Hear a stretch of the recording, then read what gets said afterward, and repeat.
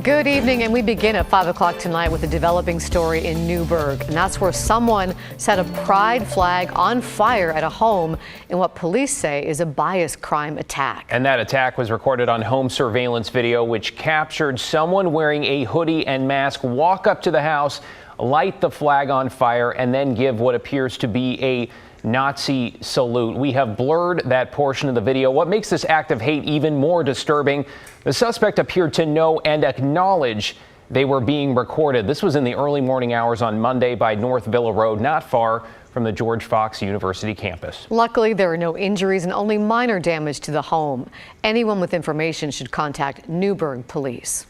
Also this evening, mounting frustration for restaurant and bar owners across the Rose City after a rash of break-ins over the last couple of weeks. The thieves stole thousands of dollars worth of items and cash and caused plenty of damage too. Let's go to Mike Benner. Mike, how many burglaries are we talking about here? Yeah, Laurel, we know of at least 7, but we have reason to believe that number could be significantly higher. Police telling us that maybe business owners have not officially filed police reports, or they've done so online, and in that case, the reports don't become official for a few weeks. Regardless, the business owners we're talking to have had enough. A boarded-up door at PDX Sliders on Southeast Division. Evidence of an early morning break-in late last week. Very frustrating. Ryan Rollins owns the popular eatery. He says security video shows one guy acting as a lookout, while a second goes inside the business and makes a beeline for the office. Pried it open with a crowbar and, took a safe and, iPads and all the stuff that we need to kind of operate on a day-to-day basis. Rollins says the stolen items and damage to his business total upwards of $10,000. It's becoming, is it worth it, is it not? And a lot of businesses are, they're tired of it. So, if the numbers don't add up at the end of the day and you have to keep putting up with problems like this and, maybe your insurance helps you, maybe they drop you, those are all decisions that small businesses are having to make. In the last couple of weeks alone, a number of businesses around Portland have been hit by thieves. Among them, Poppy Chulos and Two Wrongs, both on Northwest 13th, Beesaw's on Northwest 21st, Fish and Rice on Northwest Westover, Primal Burger on Southeast Woodstock, and Stem Wine Bar on North Mississippi. They took our cash box. We had actually quite a lot of cash, which is not normal for us. Wei-Yin Tun owns the wine bar. She says the bad guys broke in the back door and broke out the front to get away. It's not a really easy time right now for any restaurant, any independent restaurant. And if anybody understands that, it's PDX Sliders owner Ryan Rollins, who's come to the realization it may get worse for him and his fellow business owners before it gets better. We hope a lot of things change at some point around Portland. It's going to take a lot of people and a lot of time and a lot of patience, and hopefully at the end, more people than not have stuck around for it. Yeah, Ryan Rollins tells us he is tossing around the idea of hiring private security. He knows it would be costly, but says maybe it would be worth it if he split that cost with other business owners in his area. Bottom line, he thinks something has to be done or these crimes will continue. Back to you. Incredibly disheartening for folks just trying to make a living. Mike Benner reporting. Thank you, Mike. An Oregon man is facing federal charges tonight for allegedly sexually assaulting and then abducting a 13-year-old girl from Alberta that he met online. You might remember police found the teen and arrested 41-year-old Noah Medrano at an Oregon City hotel back in July. Brian Clerkley is in the newsroom this evening. Brian, Medrano is also accused of making multiple trips to Canada leading up to the survivor's kidnapping. Yes, David, and some of the charges he faces include sexually exploiting a 13-year-old girl and transporting her with the intent to engage in sexual activity. And the scope of the abuse is so much worse than we first knew. And also today, we learned Medrano allegedly put the victim in the trunk of his car in order to get her across the U.S. border. In July, 41-year-old Noah Medrano made his first appearance in Clackamas County Court.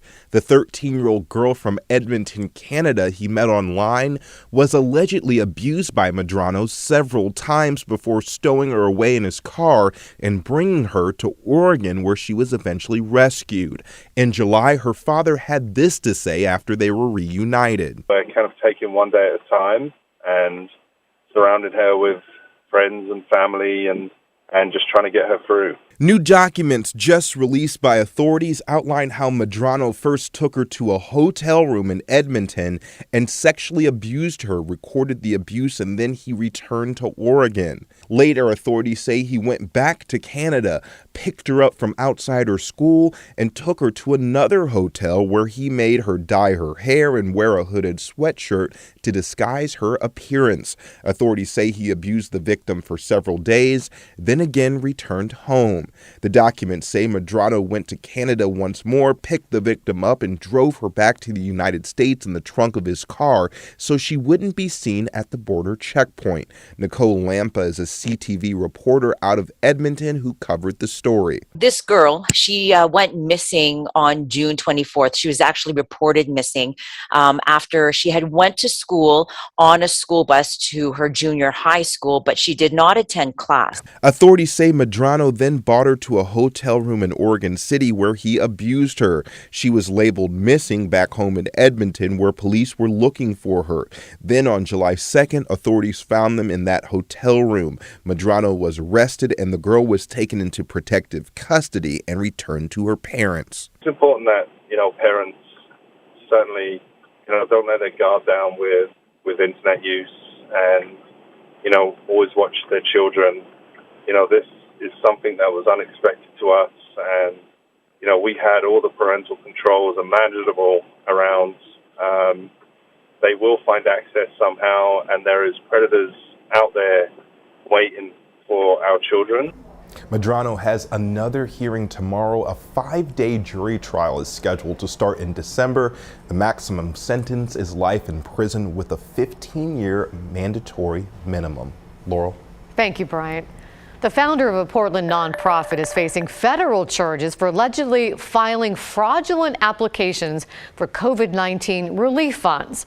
According to federal prosecutors, Theodore Johnson received nearly $250,000 in PPP funds. KGW investigative reporter Kylie Boshi is here. He uncovered this case in federal court. Kyle, tell us more about this nonprofit and how its founder allegedly pulled this off. Right. Johnson is the founder and former CEO of the nonprofit Tenpenny International Housing Foundation. According to its website, the Portland nonprofit provides food, rental assistance, and services to BIPOC families and businesses. Federal prosecutors claim Johnson submitted 2 fraudulent PPP loan applications by inflating the number of employees and amount of payroll expenses the organization had. And to help bolster his claim, court records suggest Johnson submitted bogus tax forms, including using counterfeit IRS stamp, indicating the document had been submitted to the IRS.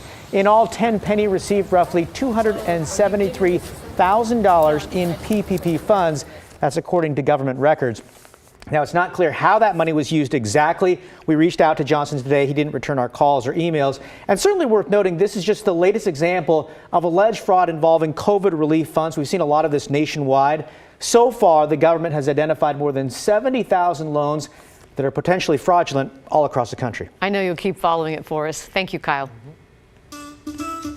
All right, an update on Portland's homeless crisis this evening, with the city saying there is a solution now in the works in connection to a recent lawsuit. Now, back in September, 10 Portlanders living with mobility disabilities sued the city as part of a class action over tents blocking the sidewalks, alleging that by allowing them, the city was violating the Americans with Disabilities Act. According to new court documents, the city attorney has asked for an 85-day extension before initial court appearances. That is because they say they are now working on a resolution. It appears both sides are headed for mediation, with meetings scheduled between now and January. We will keep you posted.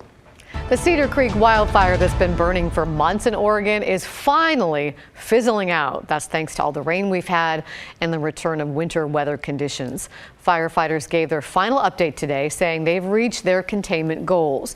The fire burned 127,000 acres southeast of Eugene. It was also responsible for a lot of the smoke we saw at times in the Portland area during the summer and early fall. Fire crews are now focused on removing equipment, cleaning up trash, and monitoring for any hot spots that could flare up again. That is good news. Well, they are the champions. Congratulations to each and every member of the Portland Thorns who captured the NWSL title over the weekend, beating out the Kansas City Current. Not the first or the second, but the third time they have reached the top spot. And now, of course, they are getting ready for a big party. Let's bring in Catherine Cook at Providence Park, where a special rally about to get underway. Catherine, it is free out there for all the fans. It sure is, David. They're hoping for a big crowd tonight here at Providence Park. Sure, it's been kind of rainy on and off, but has that stopped fans from filling this place up before? Of course not. Now, take that says it all. NWSL champions. And that is Bonnie Cumming. She was the first Thorns fan to show up for tonight's rally. She got here early to buy a new Thorns championship scarf.